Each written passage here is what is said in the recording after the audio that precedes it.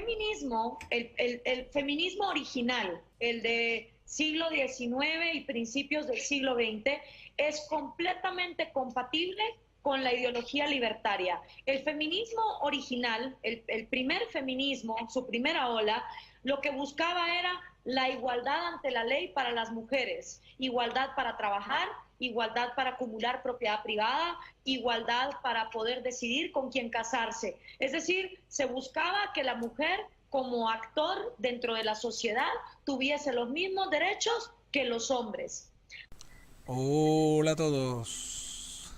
Hoy os presento a Gloria Álvarez. Quien no la conozca, esta chica es una politóloga, es de Guatemala y la verdad es que desde el principio, desde que la conocí a través de un vídeo en YouTube donde hablaba en Zaragoza ante la ONU, un organismo parecido, me dejó prendado porque es liberal 100%, liberal y libertaria diría yo casi, aunque hay unos términos prohibidos ahí en los liberales de verdad, porque se ve que libertario me parece que eran más bien como anarquistas, pero bueno, es liberal de verdad, de las buenas, de pro, y la verdad es que es muy interesante escuchar todo lo que dice. En el primer fragmento que os he recortado está hablando del feminismo y ya veis de entrada el matiz tan importante que da, ¿no? O sea, cuando hablamos de feminismo hoy en día parece que nos hemos olvidado de los orígenes, ¿no?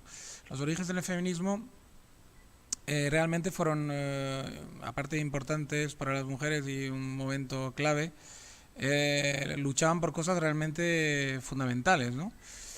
Y hoy en día pues ya no se sabe bien por qué luchan, ¿no? Ni por qué razón. Y ella a lo largo de este vídeo lo va a ir desgranando en los pequeños cortes que os he hecho y veréis que me parece muy sensato todo lo que dice y me parece realmente muy interesante. Y entonces esto pretende ser un análisis de lo que va diciendo. Yo iré interviniendo después de cada corte, ¿vale? Bien, pues vamos a seguir oyendo a esta chica que dice cosas realmente muy interesantes. Luego, esto también me gusta porque va a ir aclarando poco a poco qué es un verdadero liberal y qué es lo que hacen, ¿no? Esta gente. Venga, un saludo.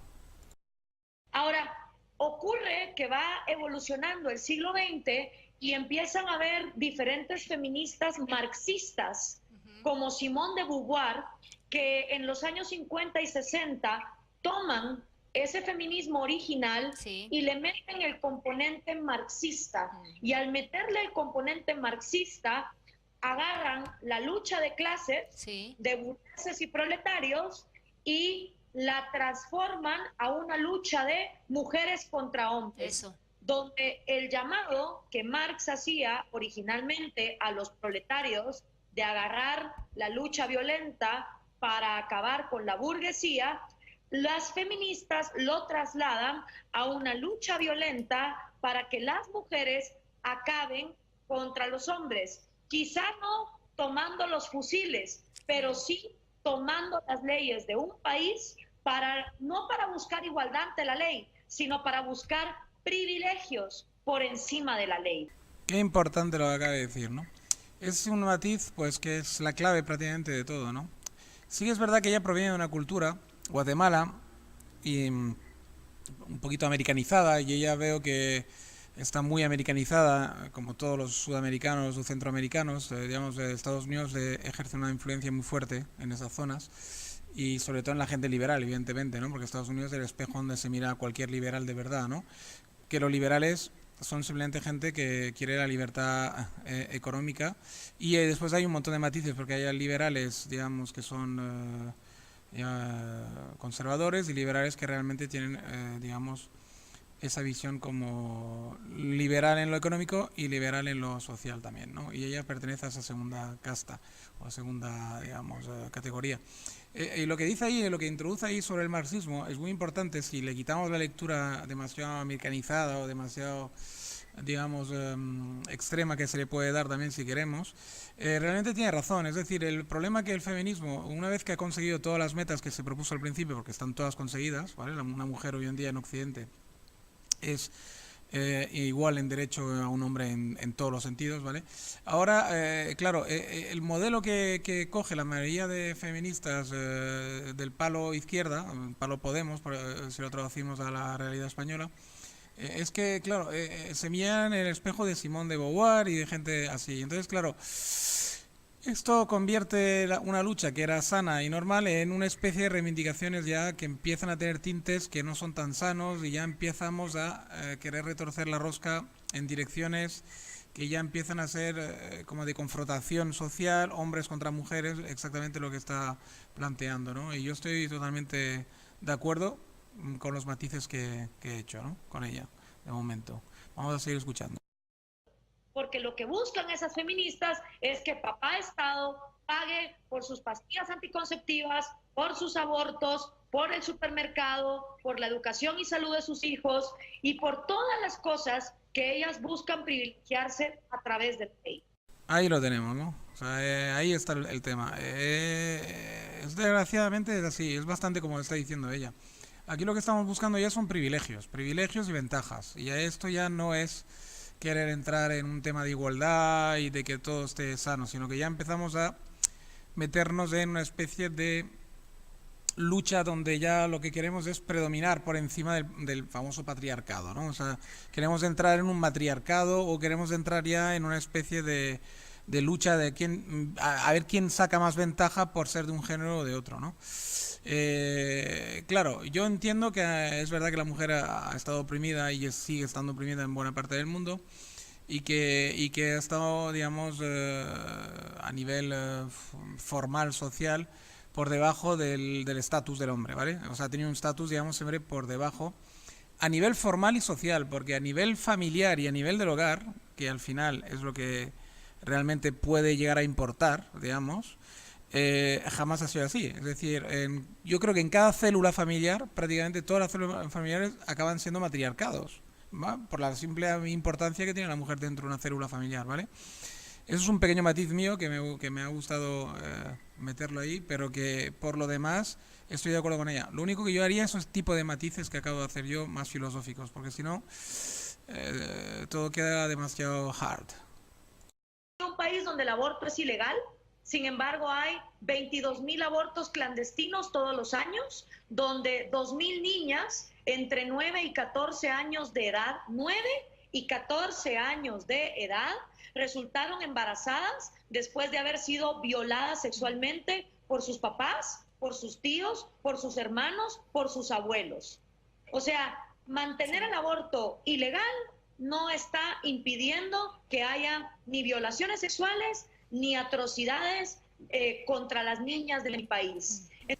Qué duro y qué verdad, ¿no? Verdades como puños. En Guatemala, como en todos los países centroamericanos y en Sudamérica en general, menos quizás Argentina y Brasil, que son países un poquito más desarrollados y un poco más, digamos, europeizados y occidentalizados. Entonces, el problema es este, ¿no? Y qué sorpresa, me imagino, para más de una feminista de corte izquierdista, ¿no? Claro, o sea, es decir, con la manía esa de meter en el mismo paquete o querer meter a los liberales, que son más o menos, por ejemplo, Ciudadano, intenta ser un partido liberal al corte de liberal, ¿vale? Al corte de Gloria. Claro, no es ninguna sorpresa para los que estamos estudiando todo este tipo de asuntos y tal y cual, sabemos hace mucho tiempo que se puede ser liberal en lo económico y liberal también en lo social, igual que cualquier persona de izquierda. Es decir, evidentemente que un liberal defiende el aborto, ¿no? Un liberal por lo menos de este corte. Los liberales, digamos, conservadores, que sería más del corte PP, por ejemplo, para traducirlo a la política española, pues no lo son, ¿no? Pero un liberal sí. O sea, es decir, que Ciudadano, por ejemplo, para traducirlo aquí, es que no os extrañéis. O sea, todo lo que os quieren vender de que Ciudadano es lo mismo que el PP, pues no. Porque el Ciudadano es un partido liberal, ¿vale? Liberal en lo económico, liberal en lo individual también, ¿no? Entonces, claro, digamos, no tenéis que extrañaros de que muchas cosas coinciden con la izquierda de toda la vida. Es decir, pues un liberal puede ser perfectamente... digamos, en pro del aborto libre, evidentemente, ¿no? Y luego ahora os vais a sorprender todavía más, porque ella ahora ahonda en temas que a alguien que tiene la cabeza cuadrada y que no quiere admitir digamos, o que ha querido siempre meter en el mismo saco conservadores con liberales, pues se va a extrañar mucho todavía más, ¿no? O sea, ahora escucharla porque lo que viene ahora es todavía más sorprendente para alguien que no sepa de esto. Entonces, esta noción de que manteniendo las cosas ilegales mágicamente van a desaparecer, simplemente no funciona. Y yo prefiero que el aborto sea legal para que se haga en una clínica de manera higiénica, para que se paguen impuestos, para que pueda haber un control sobre el mismo. Ahora, eso no quiere decir que yo personalmente abortaría, como también estoy... ¿Veis? O sea, lo dice clarito, clarito. O sea, creo que no se puede, digamos, dudar lo más mínimo de lo que defiende esta mujer, ¿vale? Y ya sé que Ciudadano a lo mejor tiene esas pequeñas tics, porque dentro de Ciudadano, como es una organización que está haciendo cada vez más grande, puede haber algún tic conservador o alguna persona conservadora acerca del poder de Albert Rivera y tal y cual. Pero a mí me consta que Albert Rivera es un liberal. Y yo diría que la chica esta, que ahora no recuerdo el nombre, que siempre está con ella, o sea, que es su mano derecha, que es la que manda aquí en Cataluña, digamos, la que ganó las elecciones. No me acuerdo ahora su nombre, se me ha escapado, pero también lo es, ¿vale? Luego dentro de su organización que pueda haber alguien que no sea liberal, que sea liberal conservador, pues bueno, puede ser, no os digo que no, y que algún tic tenga, o que para no perder votos, digamos, no lo digan claro, ¿vale? Tan claro como Gloria, porque Gloria es politóloga, pero no está metida en ningún partido, entonces puede hablar mucho más claro que un político que está metido en plena pelea para los votos, ¿no? Bueno, vamos a seguir escuchándola. A favor de la legalización de la prostitución, porque hay muchas prostitutas que ganan mucho más dinero que otras mujeres en otras profesiones, pero resulta que como es ilegal no pagan impuestos. Entonces, que yo quiera legalizar el aborto, la prostitución, las drogas, no significa que yo me quiera volver una prostituta drogadicta que aborte. Lo que significa es que me gustaría que en lugar de vivir en esta pantomima hipócrita, de que por ser ilegales las cosas no ocurren, mejor estén legales, sean transparentes, paguen impuestos y pueda haber un control, no por el gobierno, sino por la misma sociedad. Ahí me ha hecho gracia porque ella misma se ha dado cuenta que se había metido un poco en un jardín, ¿no? Porque claro, lo de legalizar la prostitución para que, digamos, se pueda recaudar más impuestos va en contra de normalmente un pensamiento liberal 100%, porque los liberales lo que quieren es prácticamente una especie de anarquía, no quieren que el gobierno meta su mano prácticamente en nada. Entonces, claro, ahí ya se ha dado cuenta que dice, bueno, y ya veréis que después lo matiza todavía más, o sea, lo matiza de hecho diciendo eso, que no, el control social, no por el tema de los impuestos, pero ahí ha tenido un pequeño tic diría, de liberal, porque también ahí también la figura puede ser de liberal económico, que al final nuestra sociedad está basada en esto, en liberalismo económico, pero con no tic conservadores, sino que con tics más bien socialistas, o sea, con socialistoides, por decir de alguna forma, ¿no? Que al final Europa es esto, ¿no? Y ella está muy europeizada en ese aspecto y yo creo que ahí la ha podido el tic, ¿no? Bueno, vamos a seguir escuchándola. Sobre lo que está ocurriendo.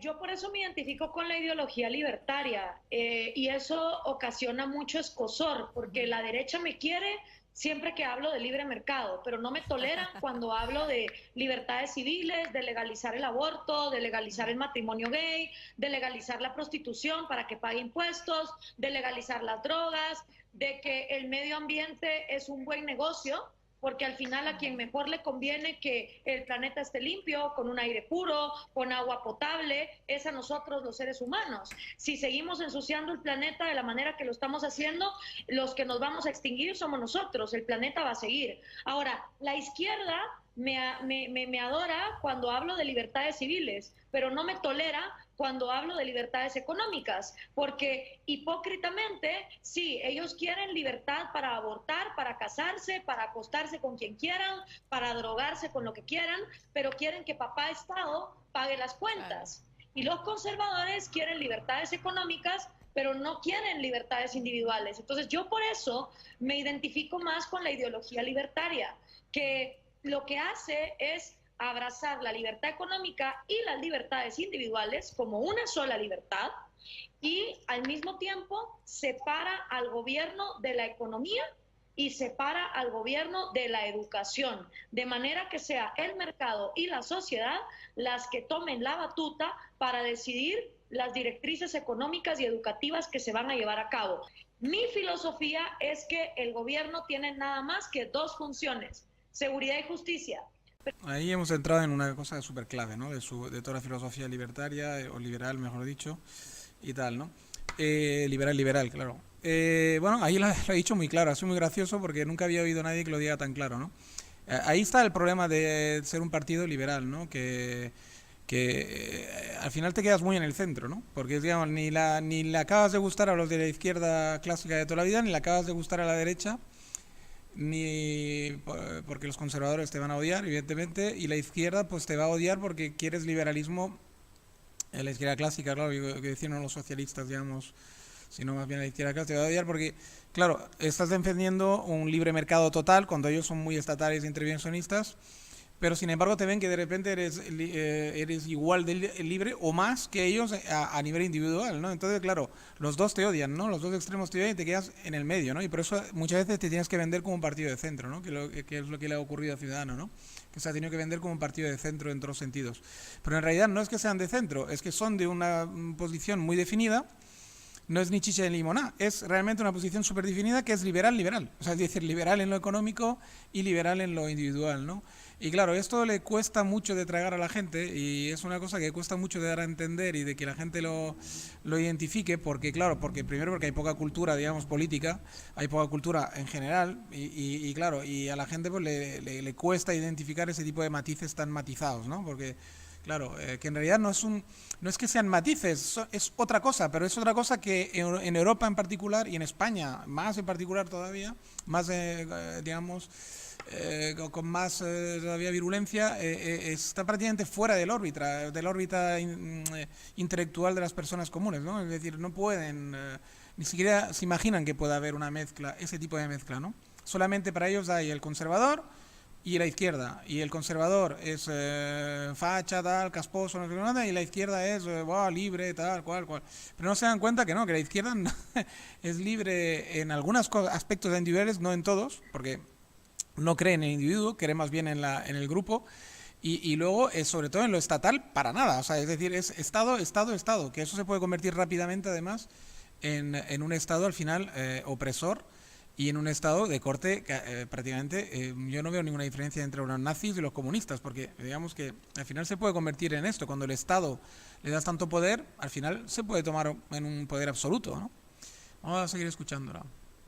Precisamente para que exista esa república y se garanticen esos derechos individuales. Entonces, es importante para un continente que ha sido manipulado, defraudado y extorsionado tanto por una derecha mezquina como por una izquierda corrupta, comprender que hay otros espectros ideológicos, que no todo se restringe a la izquierda y a la derecha. Ahí está el remate, ¿no? O sea, claro, porque estamos acostumbrados al discurso maniqueo, ¿no? El discurso maniqueo, ella habla de América, ¿no? Del continente americano, que es del centro de América, incluyendo México, hasta la Patagonia o el Cono Sur. Pero evidentemente eso se puede trasladar tranquilamente a nuestras situaciones en muchos aspectos, ¿no? El discurso maniqueo siempre es el que un poco la gente mejor entiende, la gente mejor capta. Entonces tú haces un discurso maniqueo, buenos y malos, y todo el mundo lo entiende, ¿no? Por eso la mayoría de las películas de Hollywood pues triunfan tanto, ¿no? Porque no se andan con disquisiciones ni se andan con medias tintas. Hay un bueno buenísimo y hay un malo malísimo, y a partir de ahí anchas Castilla, ¿no? Quiero decir, ya todo el mundo entiende muy bien de qué va la peli y no hay ningún tipo de problema intelectual ni hay que pensar demasiado, ¿no? Y en la política, pues desgraciadamente se ha convertido en lo mismo, ¿no? Lo que hacen es un discurso simplote donde hay la izquierda es buena porque la izquierda fue antifranquista y la derecha es mala porque fue franquista. O sea, quiero decir, por ejemplo, en España, ¿no? Entonces todo lo que huela a derecha o que no huela a izquierda, pues es malo, ya está. Me da igual si es liberal socialista, liberal en lo económico, pero bueno, en fin, ¿para qué? No son de izquierda, ¿no? Pues a tomar por culo, son malos, son franquistas, son fachas, casposos, ¿vale? Entonces, digamos que hasta que no nos libremos de ese maniqueísmo que no lleva a ningún lado y que es realmente muy simplista y reduccionista, ¿no? Que lo reduce todo a cosas muy tontas, no vamos a entender bien de qué va la película, ¿no? Y vamos a seguir votando, pues año tras año el español de a pie va a seguir votando, pues socialismo, PP, socialismo, ¿no?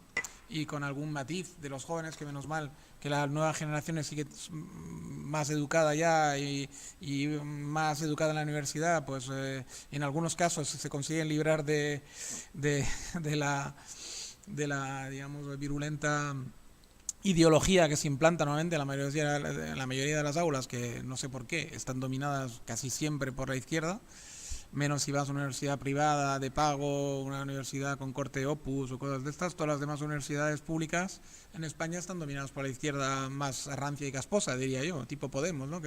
No hay más rancio y casposo que esa izquierda, ¿no? Porque es una izquierda realmente de corte marxista, leninista prácticamente, que estamos hablando de una izquierda que podía tener su razón de ser pues muy en 1800 y pico, cuando la era industrial y explotaban a los trabajadores en Londres, ¿no? O en cualquier otra ciudad europea donde la industrialización más salvaje y más repugnante pues se puso en pie, pero hoy en día realmente no sé qué pintan, ¿no? O sea, quiero decir que realmente es una pena que no se introduzca un poco más de matices, ¿no? Y esa chica me encanta porque lo tiene súper tan claro, ¿no? Y realmente, para mí representa la nueva savia, ¿no? O sea, la savia que viene, que espero que se imponga al final, de jóvenes pues más instruidos, más cultos, que realmente ven la realidad tal y como es, no como se la han pintado, digamos, y que al final se dan cuenta de que hay que dejarse de hostias, ¿no? Y que no es un rollo izquierda-derecha y tal y cual, sino que es un rollo de llevar bien las cosas, ¿no? Y si hay que introducir matices y hay que ser individualista, o sea, liberal en el individuo y liberal en lo económico, pues se es. Y si hay que introducir algún matiz más, pues se introduce, ¿no? Yo espero que den esa vuelta de tuerca más, de la que estoy diciendo, porque ahora mismo Gloria pues representa pues eso, a un liberal clásico, más bien con tendencia capitalista y tal, sin demasiados matices, pero espero que aún se adquiera más matices y que dentro del mundo liberal y que se acabe sobre todo con la izquierda rancia casposa y la derecha conservadora casposa, y que se establezca más niveles dentro del liberalismo, pero que todos seamos liberales porque es la, creo, forma menos hipócrita de estar en Occidente, y que crezcan pues matices dentro de esta forma, ¿no? Bueno, vamos a seguir escuchándola. En mi conferencia en Zaragoza sostuve que el debate para América Latina ya no puede ser derechas e izquierdas, que realmente la batalla está entre populismo versus república, porque el populismo se encarga de desmantelar instituciones. Poco a poco, los líderes corruptos de nuestra región amalgaman poder, desmantelando instituciones, reescribiendo constituciones, cambiando códigos y leyes y sobre todo restringiendo libertades individuales y de comercio de sus pobladores. Aquí es importante, aquí es un corte de otro vídeo donde explica su famoso discurso en Zaragoza digamos, de República versus populismo, ¿no? Ella por república es un concepto un poco complicado, que no sé si me va a dar tiempo a explicarlo todo aquí. Ella lo intenta explicar, pero es un vídeo muy cortito en el cual hace un resumen.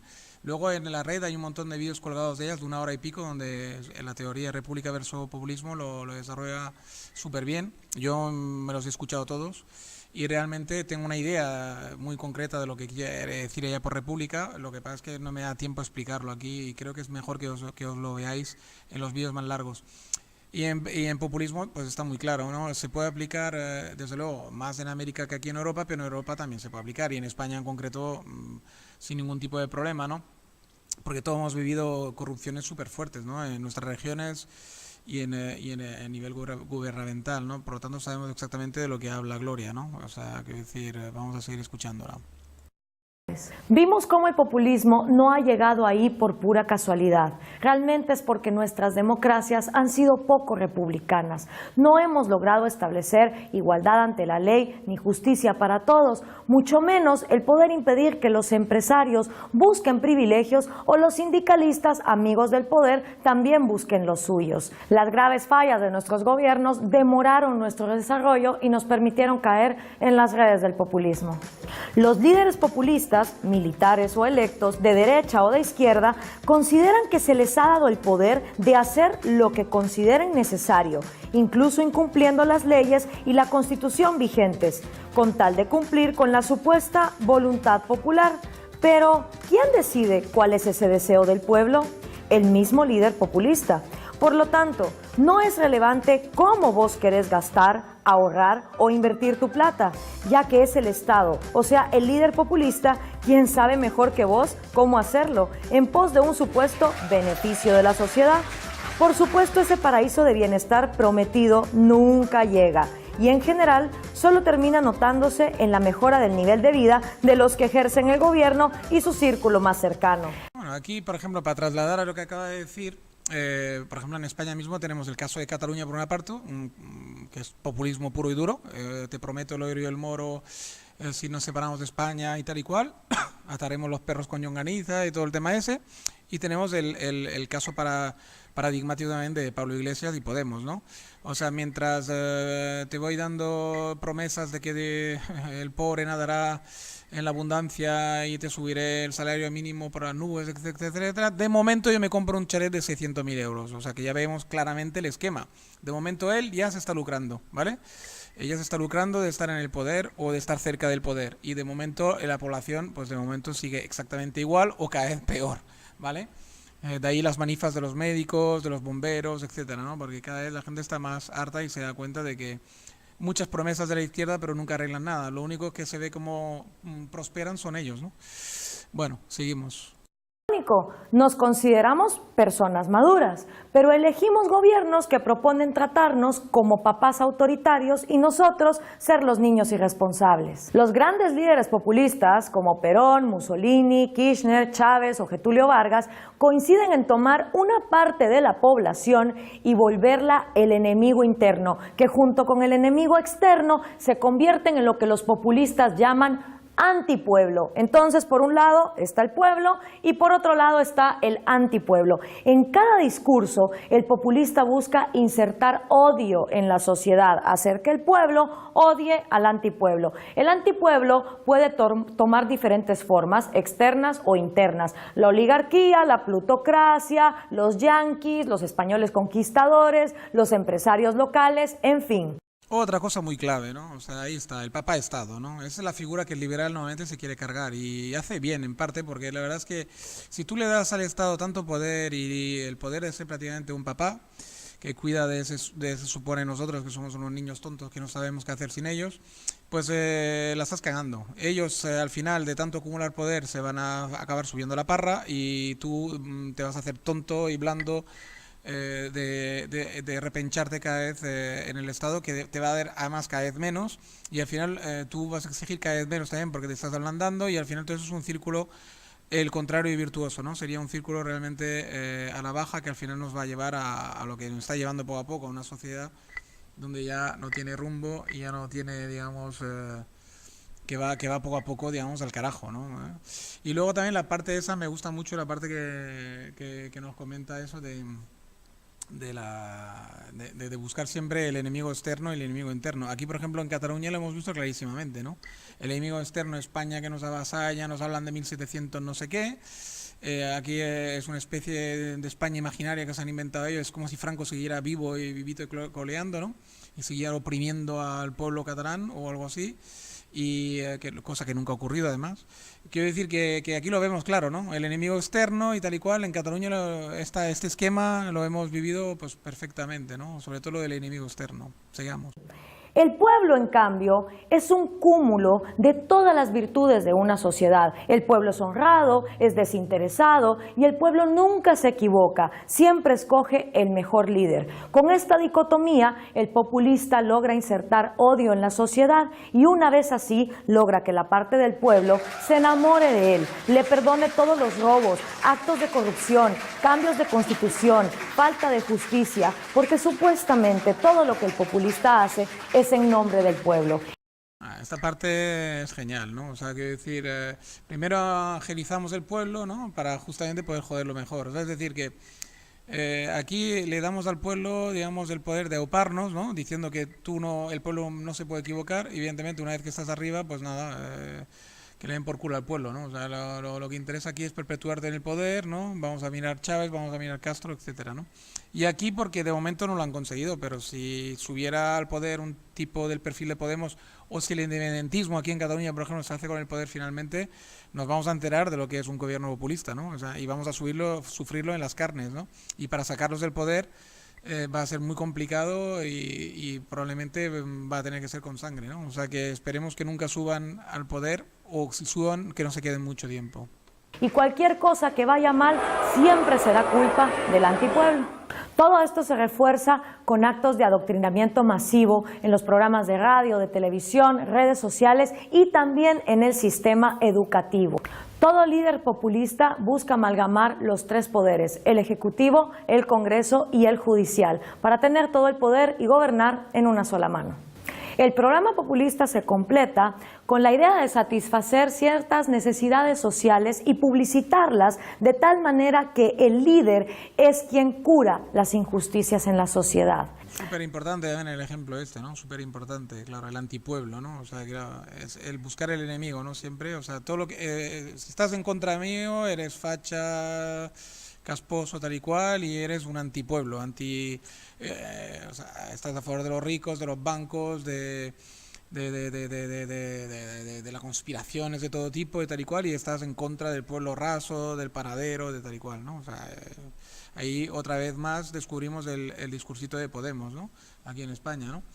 Y entonces, o discursito de cualquier populista, pero bueno, a mí me gusta hacerlo aquí, y bueno, y una vez más del ejemplo catalán, ¿no? También, ¿no? O sea, si no estáis a favor del independentismo es que sois unos franquistas de derecha, casposos, que queréis mal al pueblo catalán, al pueblo raso catalán lo queréis mal, etcétera. No, entonces claro, no puede ser. Tienes que estar conmigo, que soy el bueno, el justo, el que os ama, el que os va a dar de todo, ¿no? Claro, excelente, sigamos. Así, incrementan el gasto público, multiplican el empleo estatal, suben las dádivas, los subsidios y las bolsas de comida. Y para poder financiar todas esas cosas que te regalan y que te dicen que son gratis, mentira, nada es gratis, todo viene pagado de algo, entonces los populistas tienen que hacer otra cosa, tienen que aumentar los impuestos, aumentar la deuda pública y aumentar la inflación que se come el ahorro de los pobres. El aumento de los gastos del Estado nunca les alcanza y los servicios, las prestaciones a los ciudadanos cada vez son más pobres. El programa populista incrementa el consumo, desincentiva la inversión, descapitaliza el país. Luego, el sector productivo continúa siendo expoliado hasta que el dinero se acaba. Aquí da un ejemplo económico muy claro, ¿no? De cómo puede acabar el tema del populismo y tal. O sea que cuando ya lo agarra pues un corrupto, ¿no? O se corrompen, digamos, con el tiempo y con el mando, pues cómo puede acabar esto de mal, ¿no? Y de hecho ahí vemos el ejemplo claramente de Venezuela, por ejemplo, ¿no? Que está acabando fatal el tema, ¿no? Aquí ya sí que no lo puedo trasladar a nuestra realidad porque de momento no hemos llegado a esos extremos, ¿no? Ni a nivel de gobierno español ni a nivel de Cataluña, desde luego, ¿no? Pero que puede llegar, o sea, esto que nos sirva de aviso a navegantes, que estemos muy al loro, porque si ha llegado, digamos, en un país que podría ser riquísimo como es Venezuela, pues podría, por el petróleo, ¿no? Y si estuviera bien gestionado, pues imagínense lo que puede ocurrir en un país que no tiene riquezas naturales como puede ser España, ¿no? O sea, quiero decir, eso puede llegar a degenerar de una forma brutal, ¿no? Entonces, claro, tenemos que estar muy al loro de que sobre todo, no votemos de lo que huele a populista, ¿vale? O sea, populismos no, porque pueden llevarnos a la ruina, pero fácilmente. Y yo creo que esto, pues, a modo de advertencia sí que nos funciona ese discurso aquí, ¿vale? De momento, gracias a Dios, no es a modo de realidad. La economía entonces entra en estanflación y los gobiernos desesperados empiezan a tomar otras medidas, controles de precios, controles de tarifas, controles a las importaciones y exportaciones del país, hasta que llega un punto donde la economía colapsa, como está sucediendo en Venezuela y en Argentina. Por supuesto, la culpa nunca es del populista y cuando las cosas empiezan a ir mal, el populista empieza a culpar a los enemigos externos e internos que previamente se inventó. La la culpa es del FMI, del Banco Mundial, de los yanquis o los cipayas oligárquicos que nunca quieren colaborar. Y mientras en el resto del mundo 2/3 de la población dejan de vivir en pobreza, en los países populistas, sin que haya guerra, la pobreza sigue aumentando. El populismo ama tanto a los pobres que los multiplica. Aquí me ha encantado sobre todo el final, porque es que me recuerda tanto como a las teocracias, por ejemplo, las teocracias en el mundo árabe actualmente y las teocracias que tuvimos hasta hace pocos siglos en Europa, ¿no? O sea, porque, por ejemplo, la teocracia, ¿qué es lo que le gusta? Pues tener a una población ignorante y tirando a pobre, ¿no? ¿Por qué? Porque así los dominas mucho mejor con la ignorancia, la pobreza, dominas a un pueblo con mucha más facilidad, ¿no? Entonces, todo buen teócrata que se precie, pues quiere a un pueblo pues prácticamente analfabeto, sí, genial. Así le cojo los hijos y los educo directamente en el convento, o sea, en el convento o los curas, ¿no? Digamos. ¿Eh? Y si puede ser pobres, pues genial que genial, porque si un día digo, pues guerra contra los budistas, pues venga, ya tienes un montón de harapientos ahí que por un bocado y tal, les metes un fusil en la mano, les das un bocado y un crucifijo y venga, a luchar por ti donde sea, ¿no? Y la izquierda más rancia es lo mismo. Adora la pobreza, adora que la gente lo pase mal, y de hecho ya veis que los comunistas lo que hicieron fue multiplicar la pobreza, básicamente, y en todos los sitios donde ha mandado la izquierda pura, digamos, el marxismo y el leninismo, cuando se ha intentado aplicar, lo que ha hecho es provocar una pobreza terrible entre la población, y entonces, claro, porque es que la única razón de ser de un tío de izquierda o de un cura o de un sistema teocrático, digamos, es que la gente esté mal, porque si no, tú no puedes vender esas cosas mágicas que venden de que si creéis en mí todo irá bien y nadaremos de la abundancia y tal y cual, o si creéis en Dios en ese caso, ¿no? Porque creer en Dios era ir a la iglesia y tal, o sea que era creer en el cura de turno, el papa de turno o lo que sea, ¿no? Entonces, para poder hacer ese tipo de engaño tan burdo, tienes que tener la población que te escuche tiene que estar muy mal, ¿no? O pasarlo muy mal o ser muy ignorante, ¿no? Una de dos, ¿no? Y si puedes hacer las dos cosas a la vez, perfecto, ¿no? Porque así los puedes engañar y les puedes vender cualquier tipo de chorrada, ¿no? Entonces a mí me ha encantado este final de que multiplican los pobres, porque es que, claro, es que son sus clientes naturales, ¿no? O sea, si la gente está medianamente bien y vive dignamente, porque al final una persona rasa lo que pretendemos es vivir dignamente, nadie pretende hacerse rico así de entrada. Si la riqueza te viene por excelencia, pues está muy bien, pero nadie en principio que yo conozca normal de la cabeza esté pensando en hacerse rico. La gente lo que está pensando es en vivir dignamente, que sus hijos pueden vivir dignamente y hasta y poco más, ¿no? O sea que, bueno, me parece genial esa presentación. Seguiré con Gloria Álvarez seguramente más adelante. Un saludo a todos, chao.